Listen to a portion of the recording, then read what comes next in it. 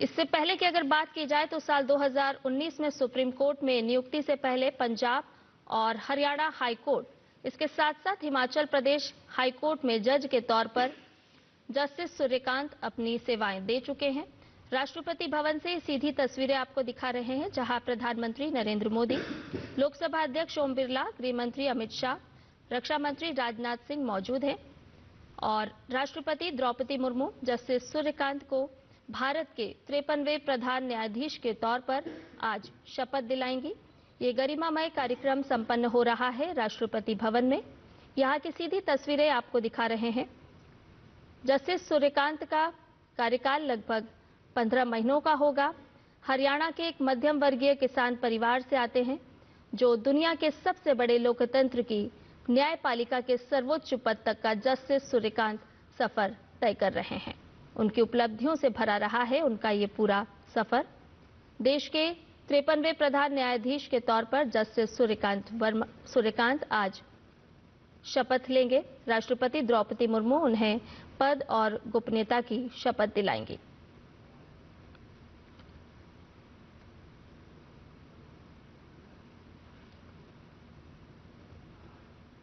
उच्च न्यायपालिका में जस्टिस सूर्यकांत का सफर साल 2004 में पंजाब और हरियाणा हाई कोर्ट से शुरू हुआ।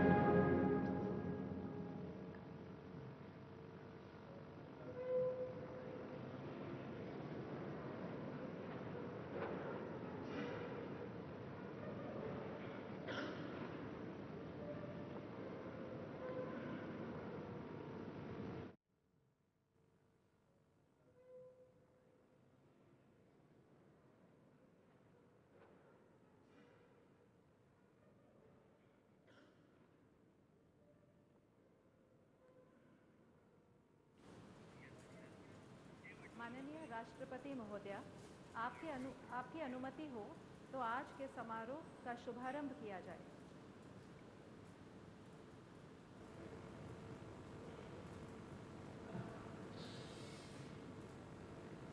भारत के मुख्य न्यायमूर्ति श्री सूर्यकांत।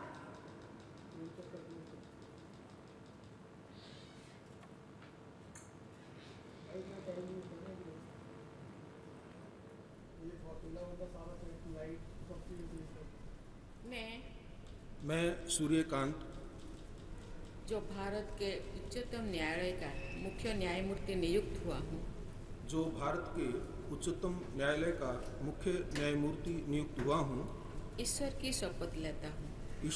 शपथ लेता हूँ कि मैं विधि द्वारा स्थापित भारत के संविधान के प्रति सच्ची श्रद्धा और निष्ठा रखूंगा। मैं भारत की प्रभुता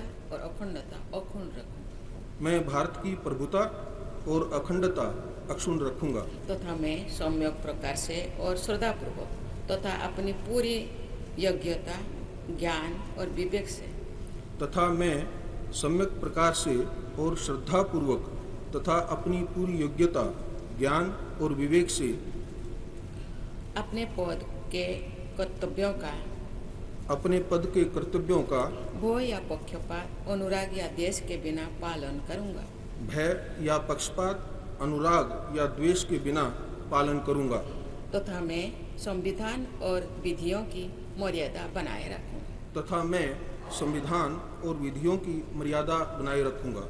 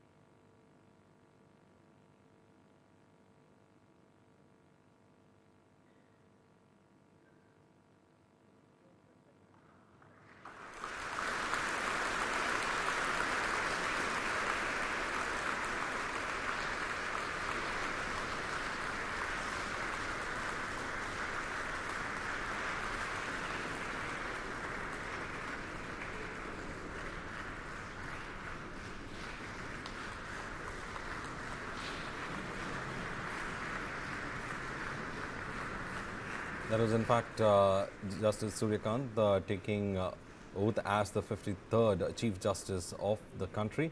Suryakant in fact having a word with his colleague, the outgoing Chief Justice of India as well, and later meeting with the dignitaries at the swearing-in ceremony at Rashtrapati Bhavan. The President had in fact administered the oath of office to the Chief Justice of India. Justice Suryakant's tenure is said to be till February 2027. He is a legal luminary who has in fact served in various capacities in high courts as well as in Supreme Court as well.